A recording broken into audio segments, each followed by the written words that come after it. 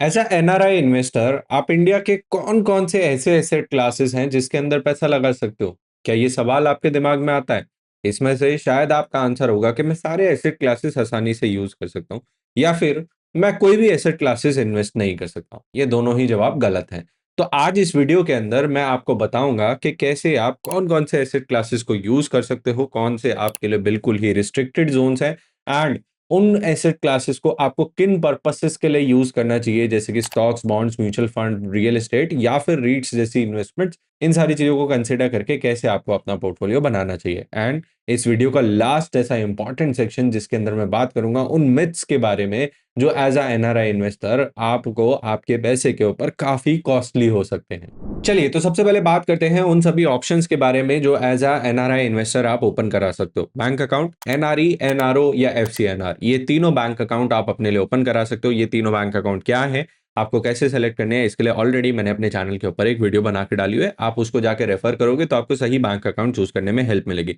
And आप कौन से एसेट क्लासेस के अंदर पैसा लगाने चाहते हो वो इन तीनों बैंक अकाउंट से डिसाइड होने वाले हैं। नेक्स्ट, अगर आप इंडियन म्यूचुअल फंड्स के अंदर पैसा लगाना चाहते हो तो आप एनआरई या एनआरओ अकाउंट के थ्रू इक्विटी और बॉन्ड दोनों ही म्यूचुअल फंड्स को एक्सेस कर सकते हो। हाइब्रिड फंड्स भी इसी कैटेगरी के अंदर आते हैं। नेक्स्ट, अगर आप इंडियन स्टॉक मार्केट के अंदर अपनी इन्वेस्टिंग करना चाहते हो, डायरेक्टली स्टॉक्स को बाय सेल करना चाहते हो, तो आप पोर्टफोलियो इन्वेस्टमेंट स्कीम्स या नॉन पीआईएस स्कीम्स या फिर इंडियन ब्रोकर के पास अपना बैंक अकाउंट ओपन करा के इन सभी को एक्सेस कर सकते हो। इसके अलावा अगर आप एक्सचेंज ट्रेडेड फंड्स जो कि ईटीएफ हैं उनको बाय सेल करना चाहते हो तो वो भी डायरेक्टली आप अपने ब्रोकर के अकाउंट ओपन कर सकते हो। अब ब्रोकर कौन सा सुटेबल रहने वाला है या फिर कौन से ब्रोकर एनआरआई इन्वेस्टिंग को सिंपल बनाते हैं इंडिया के अंदर, उसके ऊपर मैं अगली वीडियो बनाऊंगा, तो आप चैनल को सब्सक्राइब कर लो ताकि वो वीडियो भी आप तक पहुंच जाए। फाइनली बॉन्ड्स के केसेस में बात की जाए तो आप गवर्नमेंट और कॉर्पोरेट बॉन्ड्स को दोनों को डायरेक्टली बाय कर सकते हो। इसको बाय करने के लिए आपके पास बैंक का ऑप्शन अवेलेबल है या फिर आप अपने डायरेक्टली ब्रोकर के थ्रू भी इसको बाय कर सकते हो।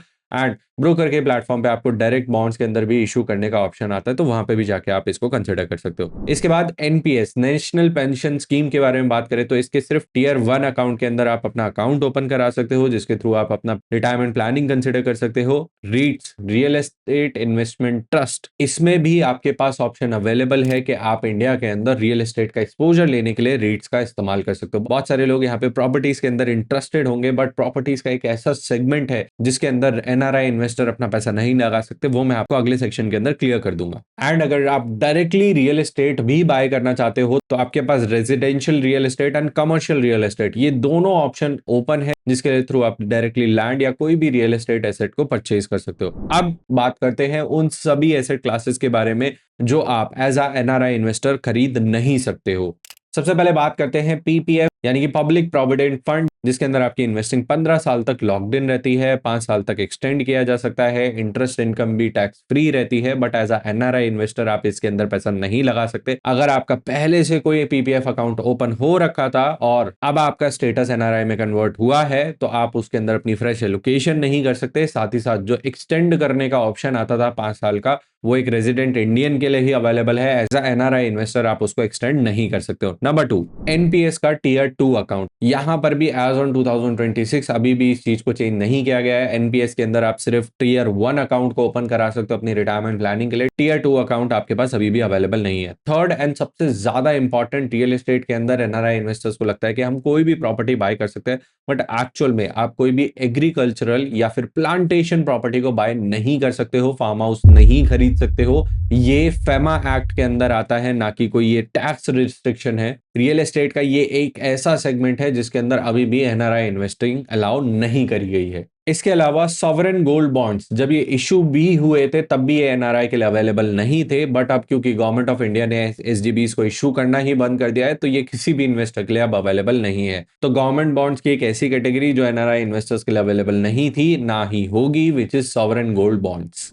नाउ सबसे इंपॉर्टेंट बात कि जो भी एसेट क्लासेस आप इन्वेस्ट करने वाले हो उसका एक पर्पस होना चाहिए, उसका एक गोल होना चाहिए जिसके थ्रू आप सही तरीके से अपने पोर्टफोलियो को डिजाइन कर पाओ और वो आपको लॉन्ग टर्म में या शॉर्ट टर्म में भी हेल्प करने में, आपके पैसे को मैनेज करने में हेल्प कर सके। तो सबसे पहले बात करते हैं लॉन्ग टर्म इन्वेस्टिंग के बारे में, जिसके अंदर mutual fund, equity mutual fund या हाइब्रिड म्यूचुअल फंड या फिर इंडियन स्टॉक्स, ये सारी चीजें आती हैं। इसमें ईटीएफ्स भी आते हैं जो लॉन्ग टर्म इन्वेस्टिंग के पॉइंट ऑफ व्यू से डिजाइन किए गए हैं। ये सारी चीजें आपको अपने उस गोल के लिए असाइन करनी चाहिए जो कि आप 5 साल या उससे ज्यादा के टाइम पीरियड में अचीव करना चाहते हो। आप इंडिया के अंदर वापस आके सेटल करना चाहते हो और उस टाइम पे चाहते हो कि आपका एक वेल्थ अच्छे से क्रिएट हो जाए। बच्चों की शादी आपको इंडिया में आके करनी है, या फिर कोई भी ऐसा खर्चा जो लॉन्ग टर्म में आप इंडिया के अंदर आके करना चाहते हो, उन सारी इन्वेस्टमेंट के लिए आपको definitely Indian stocks, mutual funds या फिर ईटीएफ इन्वेस्टमेंट्स को कंसिडर करना चाहिए। बट अगर आप शॉर्ट टर्म इन्वेस्टमेंट्स के बारे में सोच रहे हो जहां पर आप पैसे को रिस्क पे नहीं डाल सकते, पैसे को प्रोटेक्टेड रखना चाहते हो, तो एनआरई या एफसीएनआर अकाउंट की जो टर्म डिपॉजिट्स हैं, इनको डिटेल में मैंने पिछली वीडियो के अंदर कवर किया है। इन टर्म डिपॉजिट के अंदर आप अपने पैसे को मैनेज कर सकते हो। एनआरई अकाउंट के अंदर आपका करेंसी का डिप्रिसिएशन होने का इम्पैक्ट आ सकता है, जो कि एफसीएनआर अकाउंट के अंदर आपको फेस नहीं करना पड़ेगा। इन दोनों ही अकाउंट्स के अंदर आप टैक्स फ्री इन्वेस्टमेंट एंजॉय करते हो, जिससे आपका जो रियलाइज्ड रिटर्न है वो प्रोटेक्टेड रहता है। साथ ही साथ आप इन्वेस्टमेंट ग्रेड के हाई क्वालिटी बॉन्ड्स, चाहे वो कॉर्पोरेट हो या फिर गवर्नमेंट हो, इन दोनों को भी कंसिडर कर सकते हो अपनी शॉर्ट टर्म इन्वेस्टमेंट्स के लिए, जो आप आगे आने वाले टाइम में जल्दी से कंज्यूम करने वाले हो। नेक्स्ट बात करते हैं रियल एस्टेट के बारे में। रियल एस्टेट के अंदर अगर आपका टिकट साइज बड़ा नहीं है, ना ही आप बहुत ज्यादा कंप्लाइंस के अंदर फंसना चाहते हो, डॉक्यूमेंटेशन आपको कम चाहिए, तो आपके लिए काफी अच्छा ऑप्शन रहने वाला है रियल एस्टेट इन्वेस्टमेंट ट्रस्ट। इसके अंदर 5 रीट्स इंडिया के अंदर अवेलेबल है। अभी ये बहुत बड़ा मार्केट नहीं है, बहुत ज्यादा एक्सप्लोर्ड मार्केट भी नहीं है, बट एक स्टार्टिंग पॉइंट हो सकता है आपके लिए रियल एस्टेट पोर्टफोलियो को बिल्ड करने के लिए अपने ओवरऑल पोर्टफोलियो के कंपैरिजन में। फाइनली, अगर आपने अभी तक डिसाइड नहीं किया है कि आप किस में इन्वेस्टमेंट करना चाहते हो, या फिर सिर्फ इंडिया के अकाउंट्स में आप अपने पैसे को पार्क करके रखना चाहते हो, तो डेफिनेटली अगेन एनआरई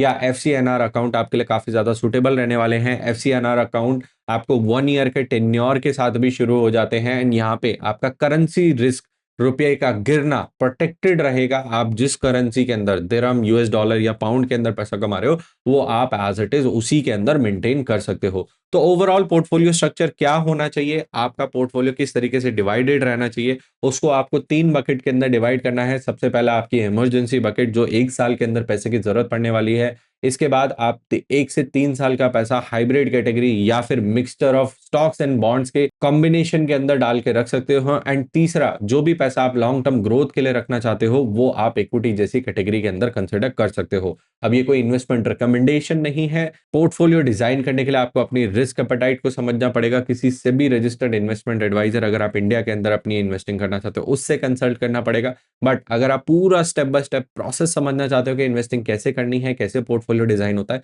तो वो मैं हर संडे को अपनी मास्टर क्लास के अंदर डिटेल में सिखाता हूं। That is again applicable to you, so if you want to access that, link मैंने डिस्क्रिप्शन में दिया हुआ है। फाइनली बात करते हैं कुछ ऐसे इंपॉर्टेंट रीजंस के बारे में। कई बार एनआरआई इन्वेस्टर्स को अपने पैसे के ऊपर काफी हैवी टैक्सेस पे करने पड़ जाते हैं। क्यों? क्योंकि उन्होंने सही बैंक अकाउंट सेलेक्ट नहीं किया, विच इज एनआरओ, एनआरई या एफसीएनआर अकाउंट। एनआरओ अकाउंट अगर आप सेलेक्ट करते हो, कई बार इन्वेस्टर्स को लगता है कि एनआरआई इन्वेस्टर्स के लिए सारी इन्वेस्टमेंट इंडिया के अंदर टैक्स फ्री रहने वाली है। That is only true if you are investing through NRE और एफसीएनआर अकाउंट। ये इन्वेस्टमेंट टैक्स फ्री करने का ऑप्शन इंडियन गवर्नमेंट ने सिर्फ इसलिए दिया है कि आप बाहर से इनकम कमा के इंडिया के अंदर लेकर आओ, जिससे करेंसी, जो एक्सटर्नल करेंसी का फ्लो है, वो इंडियन आरबीआई रिजर्व्स को इंप्रूव करने के लिए, एक्यूमुलेट करने के लिए हेल्प किया जा सके। अगर आपका इनकम सोर्स इंडियन डोमिसाइल से आ रहा है, जहां पर आपने पैसा किसी रियल एस्टेट प्रॉपर्टी से, रेंट या स्टॉक से, डिविडेंड या फिर किसी और सोर्स से आपने इंडिया के अंदर से इनकम को जनरेट किया है,